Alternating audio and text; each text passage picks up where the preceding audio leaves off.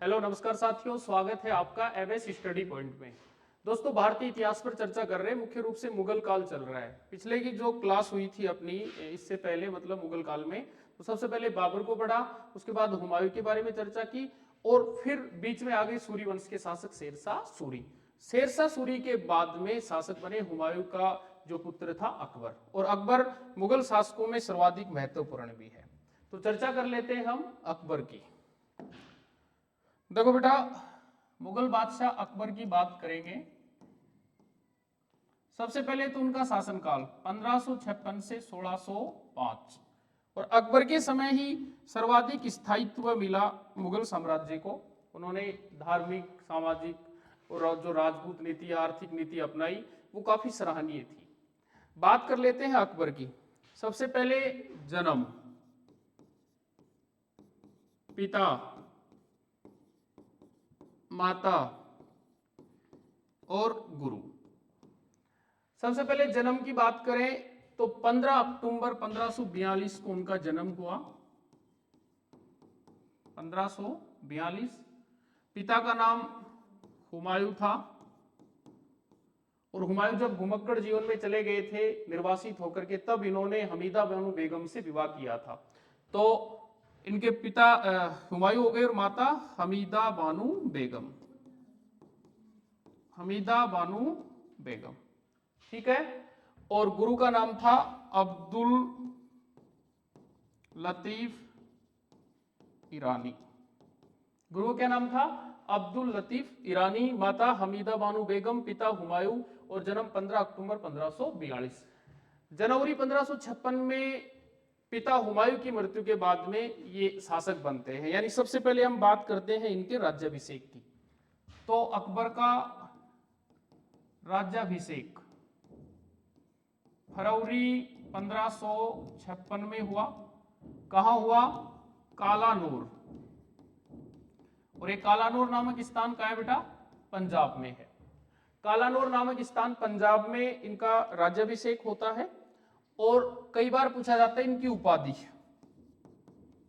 इन्होंने जो उपाधि धारण की शासक बनते समय, वो थी जलालुद्दीन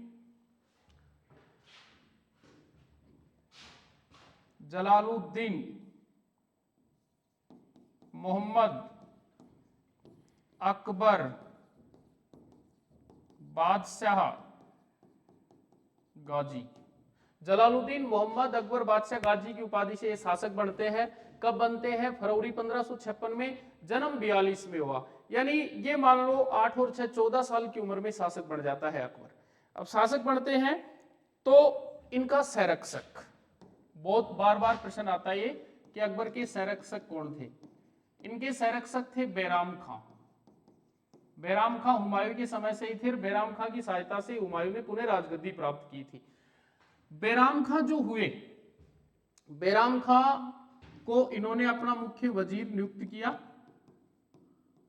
और नियुक्त करके और खान ए खाना की उपाधि प्रदान की।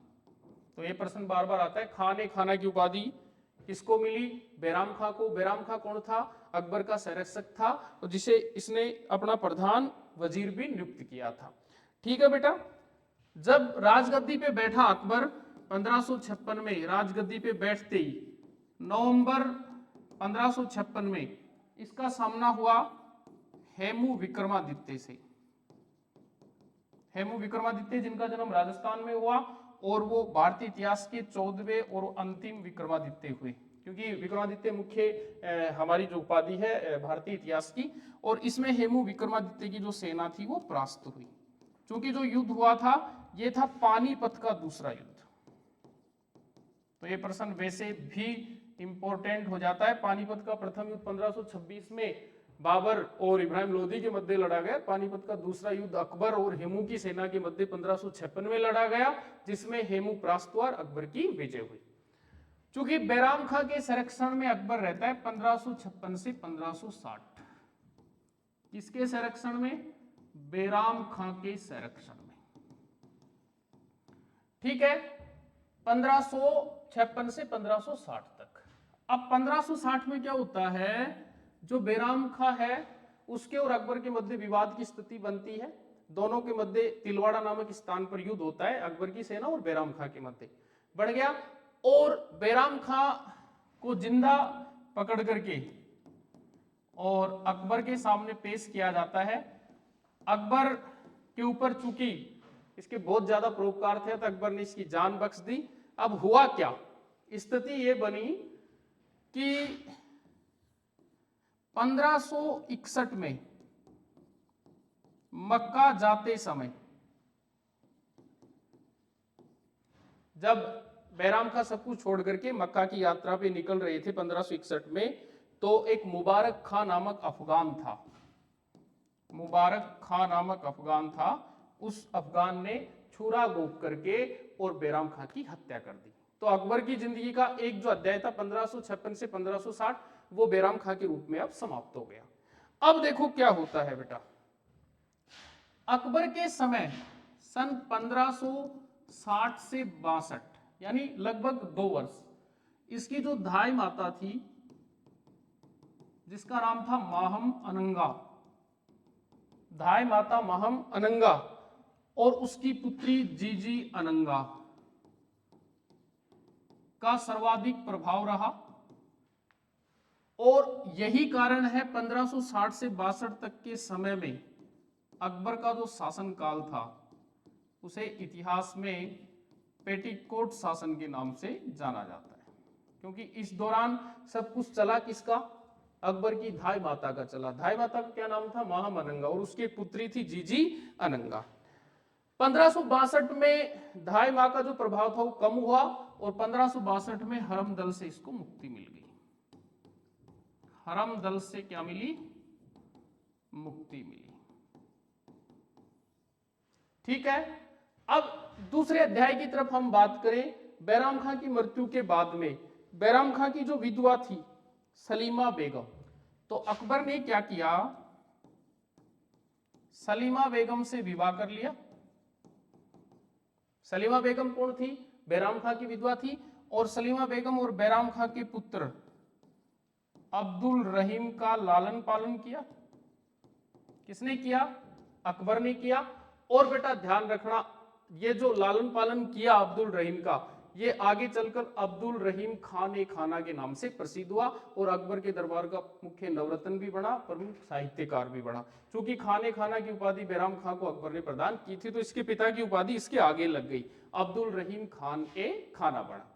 1562 में जब हरमदल से अकबर को मुक्ति मिल गई तो 1562 में अकबर राजस्थान आया और राजस्थान का अजमेर शहर ख्वाजा मोइनुद्दीन चिश्ती की दरगाह, ख्वाजा मोइनुद्दीन चिश्ती की दरगाह में शीश नवाया और वापस लौटा। यहां से जब वापस लौट रहा था तो सांबर में, ध्यान रखना बेटा, प्रथम मुगल राजपूत विवाह संपन्न हुआ।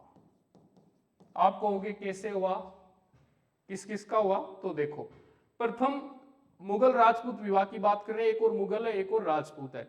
तो मुगल तो कौन था, अकबर। इसका विवाह आमेर के कछवा वंशी शासक भारमल की पुत्री हरकाबाई से संपन्न हुआ।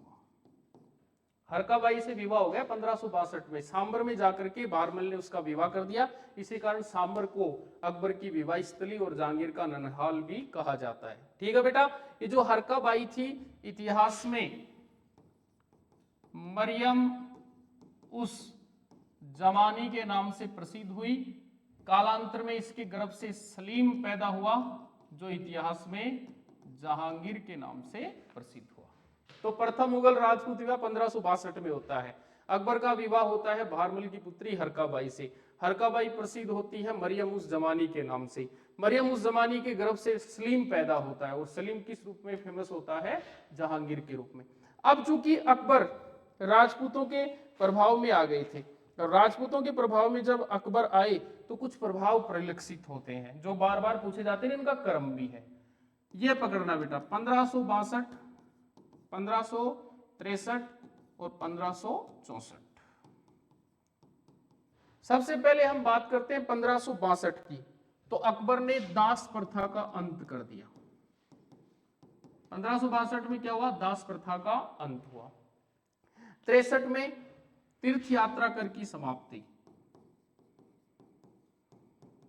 तीर्थ यात्रा कर क्या हो गया? समाप्त। और 64 में तो कमाल हो गया बेटा, जजिया कर समाप्त हो गया। जजिया कर क्या हो गया? समाप्त हो गया। ठीक है, तो अकबर जो ही राजपूतों के प्रभाव में आया, उसके 3 प्रभाव परिलक्षित होते हैं। 62 में दास प्रथा का अंत, 63 में तीर्थ यात्रा कर की समाप्ति और 64 में जजिया कर की समाप्ति।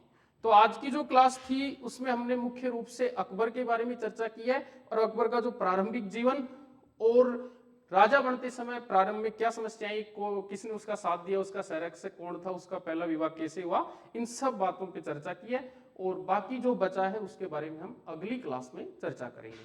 धन्यवाद।